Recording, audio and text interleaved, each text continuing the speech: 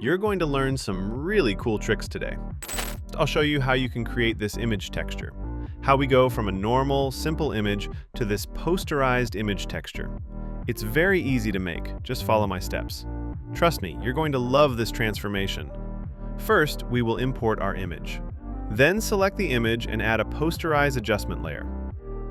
I'm setting it between 6 to 8%, but you can adjust it according to your image. Once that is done, I will add noise. I'm adding about 23% noise with the caution type selected. Next, I'll add a levels adjustment layer. I will increase the black levels and slightly decrease the white levels. The rest is okay as it is. After this, we will add a clarity effect to our image to make everything sharper. Now we will change the jersey and face colors using a recolor adjustment layer. For the jersey, I'll select a bluish color like this.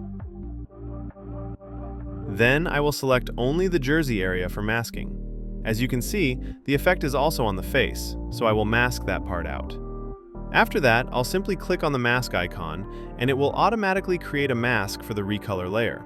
Now we will create the skin color using the same recolor adjustment layer. See how it already starts looking more professional?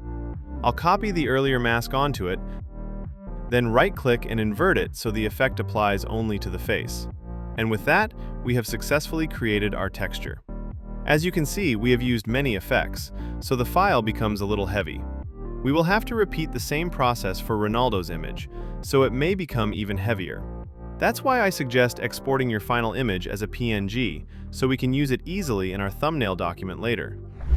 As you can see, this effect looks insanely cool. It's perfect for making your posters or thumbnails really stand out.